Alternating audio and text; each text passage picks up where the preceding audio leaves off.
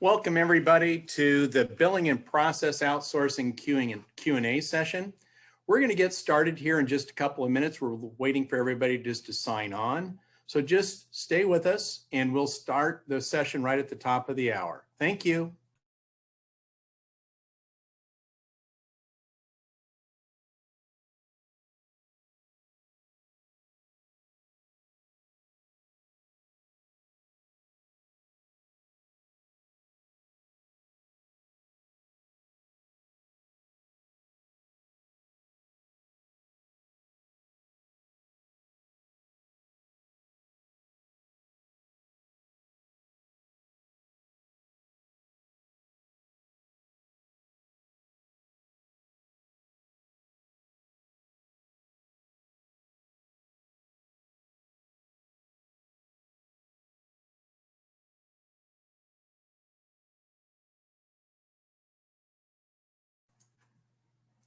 Good afternoon, everybody. Welcome to the Billing and Processing Q&A session. We're going to get started here in just another minute or so. We're going to let people just sign on and we'll start right at the top of the hour. So stay with us and we'll be right back.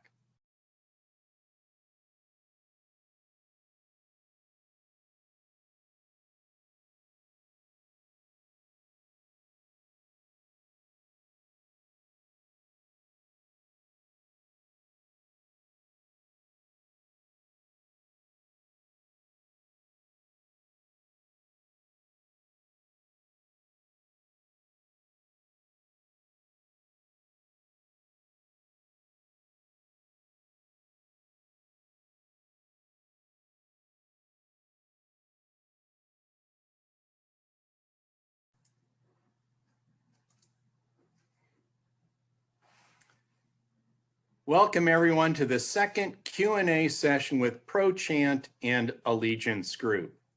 In today's session, I will be interviewing Joey Graham of Prochant regarding billing and process outsourcing.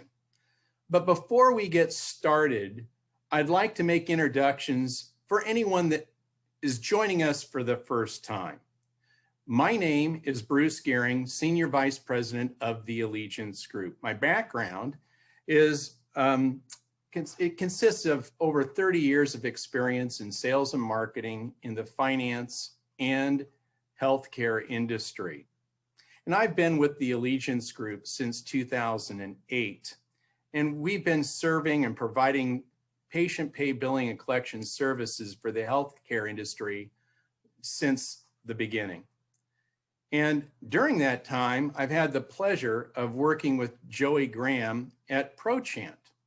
And with me today, I have the pleasure of introducing Joey Graham, who will be providing his expertise on the topic today. Joey, can you tell the audience a little bit about yourself? Absolutely. Thank you so much, Bruce. And thank you everybody for joining our webinar. We really appreciate you. And we hope to give you some good content today. My name is Joey Graham. I'm the Executive Vice President and General Manager here at Prochant. We are the leading HME and pharmacy billing and outsourcing service. We have been working with providers for well over 20 years now. I know we're going to talk a little more about that later.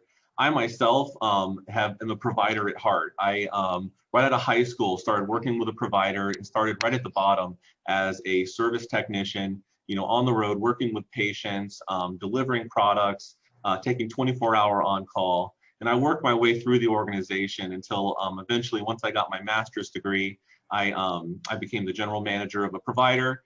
And that actually got me the opportunity to work with Brightree and be a senior consultant there. I got to travel the country, working with providers on site, helping them solve their business challenges before eventually I got picked up as a VP of revenue cycle for a large provider. From there, that sort of helped me meet Prochant and kind of get introduced to this team. And I've been here for about 6 years now. So very excited to be here. And thank you so much, Bruce, for having me. Hey, thanks, Joey. Now, if any of the audience heard our session last time, you'll recall that we talked about best practices for managing your patient pay balances based on the Allegiance Group model. Today, we're reversing roles and we'll be discussing best practices for managing your insurance balances based on the ProChant model. To kick off this session, I will be asking Joey the same line of questions that he asked me last time. So Joey, let's start by having you tell us a little bit about ProChant and why healthcare providers need RCM outsourcing solutions like ProChant. Absolutely. Thanks, Bruce, for opening it up. And, you know, we have been in business for well over 20 years now. We were actually founded back in 1999, and we originated as a small billing service, really focused on working with pharmacies who had an HME or DME component and needed some assistance with that side of the reimbursement. So that's sort of where we got our nexus. And over the next 10 years, we grew very organically, primarily through word of mouth. And then back in 2009, there was a change in ownership. And that's actually when we started our operation in India.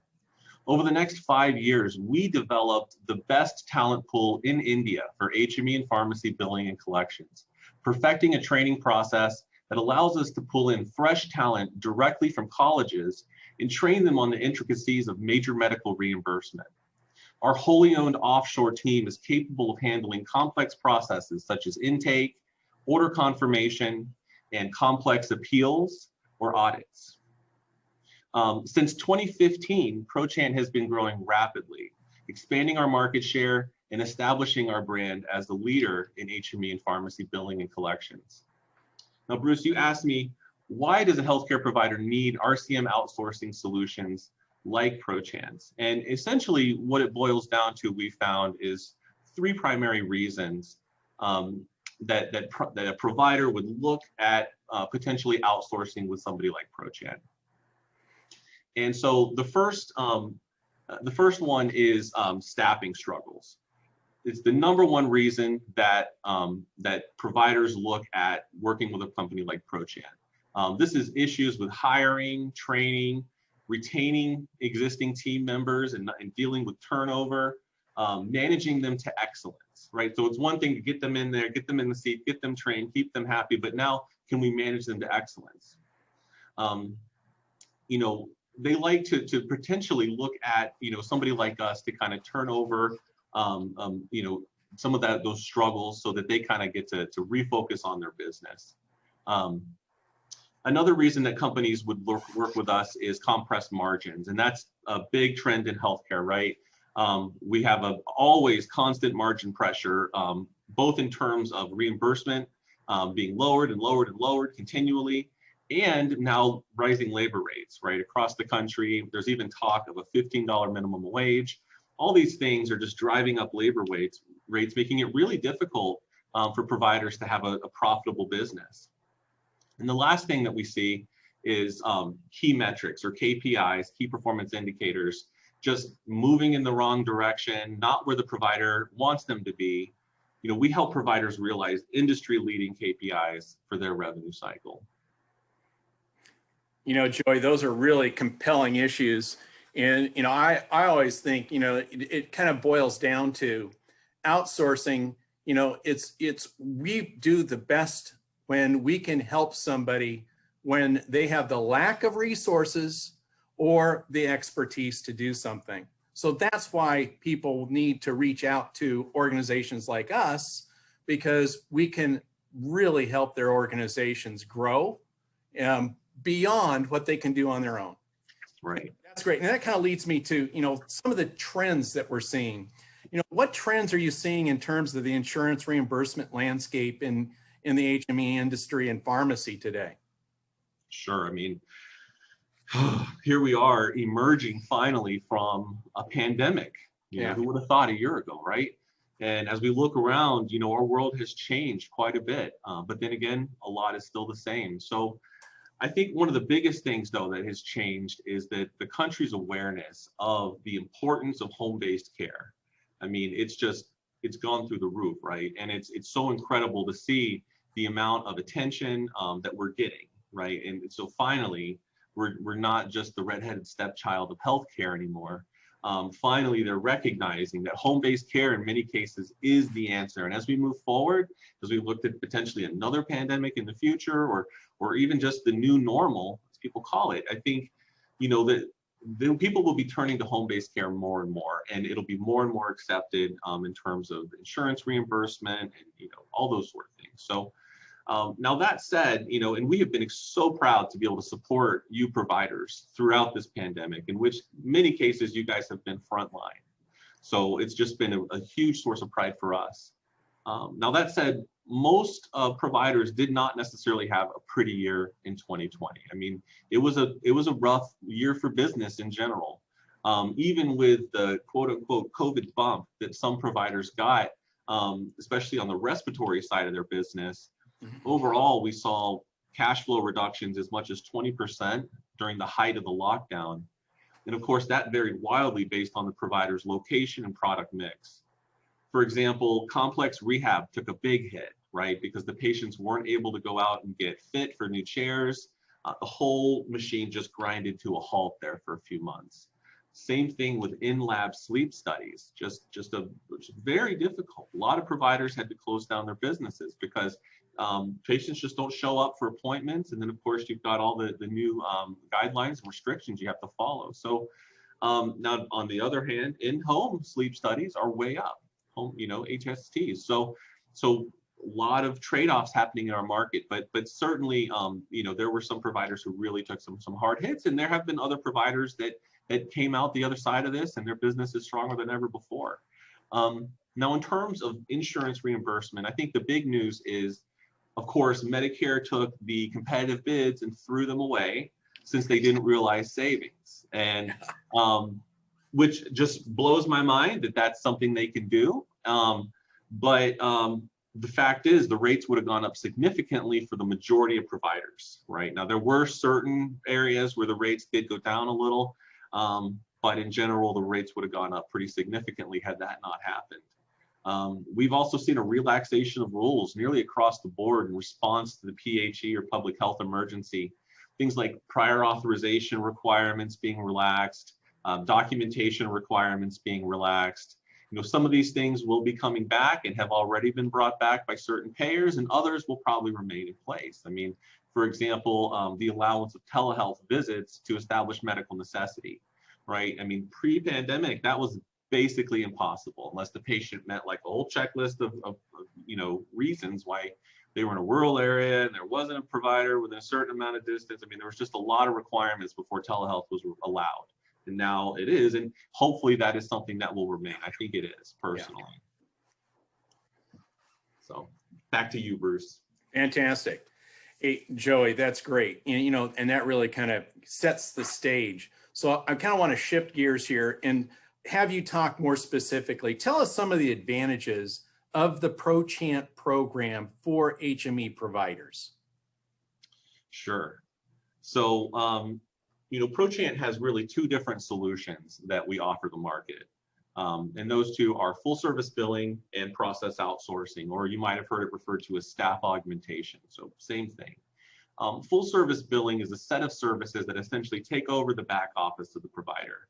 This is what you would think of as a traditional billing service model. It's based on a percentage of collections from the payers included, which is typically Medicare, Medicaid, and other third-party commercial payers. We get paid when you get paid, which means that we weather the deductible storm with you. When you take a hit to your fee schedule, we take that hit with you. It's up to us to deliver on your revenue cycle, whatever it takes. The other option is process outsourcing, and that's really the opportunity for you to outsource your revenue cycle sort of a la carte and strategically in order to supplement your internal team. And actually, a lot of providers are turning to this as a great alternative for their business, especially in those departmental areas where they struggle. So we can do anything from intake, eligibility, prior authorizations, and the full set of back office services, cash posting, billing, denials, and AR management. Now, in terms of some of the advantages that you get as you look at the different programs, full service billing, certainly what you've got is essentially a pure commission approach to your revenue cycle. Like, imagine you're just going to pay your reps based on the money they collect, and that's it. So you essentially turn large chunks of your fixed labor cost into a variable cost, which can be nice from budgeting perspectives, because that way that cost can scale up with your business. You're not taking the stair steps of fixed labor cost and incurring the large overhead of having these giant internal teams. We can manage the majority of the back office for you, freeing up your team to focus on the bigger picture and allowing you to get back to doing what you love to do as a provider. I don't think anyone got into this business because they have a love for the revenue cycle. They have a love for documentation and HIC picks and modifiers and none of that, right? Payers who refuse to honor their contracts, resulting in you having to sit on hold for hours and hours, getting transferred all over the country and all over the world, just to be told no, or just to be told to send in some piece of documentation, right? So we plug in our team, we plug in also our technology, the Prochant platform on top of your billing system, and that allows us to generate intelligent work queues that both of our teams use to achieve those industry-leading KPIs that I talked about. When you look at process outsourcing, those clients involved, they enjoy consistency and reliability, right? I mean, one of the biggest things that they're trying to solve is always having people out, always having to replace people, not having consistency in these departments where the execution is going to happen, the work's going to get done. We train and manage our team of experts. So you're not being turned over a rep and then being told to train that person. It's completely different. It's a fully curated and almost concierge model where you let us know what it is. We work together on mapping out and documenting the process. Then we train the team and deploy the team for you, and we manage them to make sure they're hitting production and quality and achieving your service level agreements. So this really gives you the opportunity to leverage our team in areas where your team maybe struggles or maybe where you're understaffed. Kind of strategically engage us to fill the gaps. This could be, for example, maybe your team is struggling with certain types of denials, or they just can't keep up with the denials. And if you were to carve out a chunk of those denials, then your team would be fine. Or they're not able to keep up following up with AR balances. Once AR balances age out over a certain amount, then maybe that gets turned over to us. So there's a lot of different ways that you could look at strategically deploying our resources into your revenue cycle to kind of fill those gaps again strategically. So Joey, that is a great summary of the benefits that Prochant can deliver. Now I kind of want to turn to, looking at the process. Can you walk us through the workflow of the Prochant RCM outsource process for the audience? Absolutely. We are big on workflow and technology and process. We are all about process. Not only leveraging our technology, but leveraging your technology and helping you put together the right set of tools to have a really slick workflow that complements your business and gives everybody visibility. So, we actually have a chart that we've created that sort of helps you sort of visualize the revenue cycle and in sort of the place where Prochant could potentially plug in, right? So up on the screen, you can kind of see this circular chart. Now it says the HME revenue cycle. The pharmacy revenue cycle is actually very similar, almost the exact same steps. And so this really is interchangeable. You start there in the top right with your incoming referrals, right? Your inbound fax, your referral services. You've got basically that air traffic controller position who's getting all the new orders and getting them set up and putting them in workflows so that the intake team can then take them, right? So now the intake team's going to go out there and qualify that patient, review the documentation, maybe fire off some requests for additional documentation or log into various web portals to find that documentation. And then they're going to kick that over to eligibility. Eligibility team's going to go in and verify. The purpose of eligibility is to determine financial responsibility. Who's going to pay for this product or medication or service, right? And so is it going to be the insurance? Is it going to be the patient? And at what proportions? And do we need to collect a copay now, or is this going to be covered entirely? There's a lot of information that comes out of that eligibility process. And then, of course, some payers are going to require an authorization. So now it's going to go to the prior authorization team, and they're going to go out there and request that authorization, follow up on it till it comes back.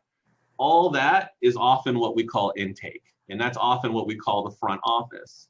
And that is all then pushing orders to your order fulfillment function, however that works in your business. So you're sending out people to people's homes, you've got patients coming into your offices. However that works for your business, you are now going to produce what's called proof of delivery, proof that you did what you did. And that then moves over to billing review or the order confirmation process, right? So now you're going to get those orders confirmed. We all know our billing systems will sometimes hold things for various reasons, like it's missing a CMN, it's missing something else. So those sometimes have to go on hold and have to be managed there. That's a place where a lot of providers struggle to have a proper amount of staff to maintain those holds and work them proactively, right? You don't want a hold team necessarily. You want a team that's proactively managing the orders that are going to hit the hold, the CMNs that are going to expire, the prior authorizations that are going to expire, right? A lot of times we put that work on the front office team and they just can't keep up with it. Now, then that moves into claims transmissions. Every day we're building batches, we're firing off claims to our payers every single day. We're not batch billing and sending once a week or anything like that. Every single day we're sending these claims out the door, and also print claims every single day going out the door to those payers, because that's your cash flow. Then we move into front-end rejections, right? Working those front-end rejections that come back from the payers. It's usually simple fixes. Get those turned around quickly. Clear those queues every single day. Then you move into cash posting. Get all those balances posted. Also get any denials posted. Make sure all that's cleaned up. And that then flows right into that collections workflow where you've got your denial team working those new denials that come in, get those turned around quickly, and then go after those old AR balances, those old unstatused AR balances. Make sure that stuff does not age out past 90 days. So I know I just quickly ran through this chart here, but the point is you have the ability to outsource on your terms. And so as you look at this chart and you see, well, we're struggling with eligibility, or we're struggling with AR, or we're struggling with cash, any of these things, my team just isn't that great. I lost a supervisor. I'm not where I want to be. Then you can plug us in and have us take over that function, or strategically plug us in to say, I want you to do the Medicare AR. I want you to do, the United Healthcare authorizations, like whatever it is that you decide is the place where you need the most help. So Joey, that's great. I mean, what a great summary of the workflow, and being able to show people how you can plug into that wherever they need it so that you can support them now. And that's really critical. And I think that brings up a question that I get a lot, is because people want to know, okay, proof's in the pudding, right? What's the ROI for us engaging you? And so, do you guys have a way of providing or calculating the ROI for the investment of your service? Absolutely. We know that ROI is extremely important to providers, especially considering what I mentioned before about compressed margins, right? If you look at our website, actually, at prochant.com, you'll see that we have an ROI calculator up there to sort of help you get a picture of the amount of money you could save and what you'd be looking at, depending on the scope of your engagement with us. So I'll just show you that really quick, because I think it's interesting just to kind of have a quick glance at it. So we have this ROI calculator, and I've actually got the website up here. What's nice about it is you can kind of put in different numbers, and you can kind of see, depending on how large the team is, the amount of money that you could potentially save. But it all starts with 5 people with us, and so that minimum ROI is about 30%, about $45,000 a year. One of the toughest conversations that we have with providers is, unless you're already outsourcing, the budget for our services generally is coming from your labor budget, right?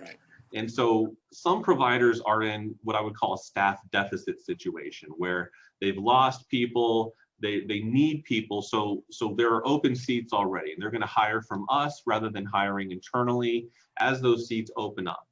Now for others, though, there might have to be a reduction in force. So as you look at this calculator, there's really 2 big assumptions that are driving it. The first one is an average wage of about $15 an hour for you internally. So you would want to think about it like that. Is it about $15 an hour that you're paying this team? The other thing is, for every 5 seats that you outsource, there's an assumption that you retain 1 employee. So it's not a seat for seat reduction. In other words, it's, if you were to have a 5-person team, for instance, posting cash, and you were to say, you know what, I'm going to turn that over to Prochant. Well, you're actually going to keep 1 of your people. We're going to plug in 5 people. Your person's going to supervise our team, and And then, you will still save the 30, you'll still have the 30% ROI, you'll still save the $45,000 a year. So that's sort of the other big assumption that goes into this, that first year minimum ROI of about 30%. And certainly as you increase the number of seats, the ROI will increase as well. That's tremendous. I mean, I look at that and I go, why wouldn't I choose Prochant to help me with this because of that ROI? And then let's just top this off or wrap this up with just kind of a highlight of, what's new. Does Prochant have any new or upcoming solutions that you can tell us about? I'm so glad you asked, Bruce. I'm actually very excited because we have a couple really new developments on the horizon that it's exciting to let the industry know about. And so I'm just going to throw this up really quick so that you guys can see it. But there's two big things. So the first one is what we're calling Prochant Analytics. Prochant Analytics is part of our technology platform, our RCM platform. And it's a tool that will sit on top of any billing system and generate industry standard KPIs with a full drill down ability. So if you've ever sat through my KPI presentation, it's those KPIs, DSO, 90+ AR, open order days, hold days, write-off rate, adjustment rate, those major KPIs that you have to have your eye on, you got to keep up with. And this is something that's going to update every single day. So every single day, you as an owner, you as a manager are going to be able to drill down and look at your KPIs and then really quickly identify areas for improvement, right? Because it's going to be giving you the trending on these KPIs. It's going to give you the ability to drill down, look at it by payer, look at it by product, really figure out what's the list of invoices that are my offenders. So now I can go jump into my billing system and do some research there. So that is very exciting. And that is actually something that we're rolling out to all of our clients and something that we're going to be launching during Q2. Now, the other thing that is very, very exciting is High Trust. And Bruce, I know you're very familiar with High Trust. Yes. We are 1 week away from getting our fully validated High Trust CSF report. And let me tell you guys, it was extremely difficult. High Trust is healthcare's leading HIPAA certification. So by the way, HIPAA itself is not a certification, right? Everybody who says they're HIPAA certified is self-certified. If you want to be third-party certified for HIPAA, you've only got a couple options, and it's High Trust, and there's another one called ISO, I think it's 97001 or something like that. Those are the two. And High Trust is by far the more expensive and more difficult one to get. It is the leading gold star standard for information security, healthcare information security. Our path to achieving certification has taken us nearly 2 years, and it has transformed our entire ITIS infrastructure. We will be the first and only HME and infusion pharmacy billing service and outsourcing provider to achieve this certification. So why is it important? This means that you can trust us with your data. We have walked through fire to prove that our systems are rock solid and impenetrable. I think that we all know that with COVID, the threats to IT have increased significantly. New viruses, Trojans, ransomware attacks being announced almost daily. You have to have a partner you can trust when it comes to information security, because we feel very strongly. Yeah. Hey, Joey, I'll add to that because I understand that process very well since we had to go through it as well. But, let people know too, it's not an achievement that you've hit this goal. It's continuous. Oh, every year. Maintain that High Trust certification. And we're doing that again. We go through the audit every year to make sure that we are addressing anything new so that our providers know that we've got their interest at heart and that we're going to keep their information secure. So that's great to hear that you've completed. Congratulations. Thank you. Huge effort. I understand that. So with the time, and we just have about 3 or 4 minutes here left, Sarah, are there any questions that have come up from the audience during the session? And I know I apologize, I didn't ask people to put questions in the chat, so we may have missed our opportunity there. Oh, here's one. Is Prochant a standalone system, or does it need something else? Oh, that's a great question. And yeah, we leverage your technology. So all of our providers have one of the leading billing systems in the industry. Of course, the majority of them have Brightree, but we also have clients that work with HDMS, TIMS by Computers Unlimited, as well as Bonafide. And we still have Fast Track as well. So we're working with all those systems right now. But yeah, we don't actually provide the billing software. We leverage your technology. Yeah, excellent question. Yep. And that's just like what we do, Joey. I mean, you have to be able to be flexible like that. So that's great. That gives your people special, unique knowledge of those billing software systems too, to help be an extension of the staff that they're providing services for. That's right. Any other questions, Sarah? I don't think we do. Not seeing any. Yeah. And so this just gives us an opportunity to say thank you once again. Oh, wait, we do have one. Will we be sending out a replay of this to share? Absolutely. Yeah. Yeah. So we'll send out the slide deck afterwards. And then of course, on our website now, we have a resources section and all of these webinars are stored there. So you can always go back and review our webinars and watch those over again. Fantastic. Yep. Thanks, Joey. And if there's nothing else, then thank you. Don't forget to tell them about our next session. Yes. Thank you for joining us today. But Joey talked a little bit about that front end process. Well, we're going to go into that a lot deeper because that impacts both of our businesses because that's our sweet spot.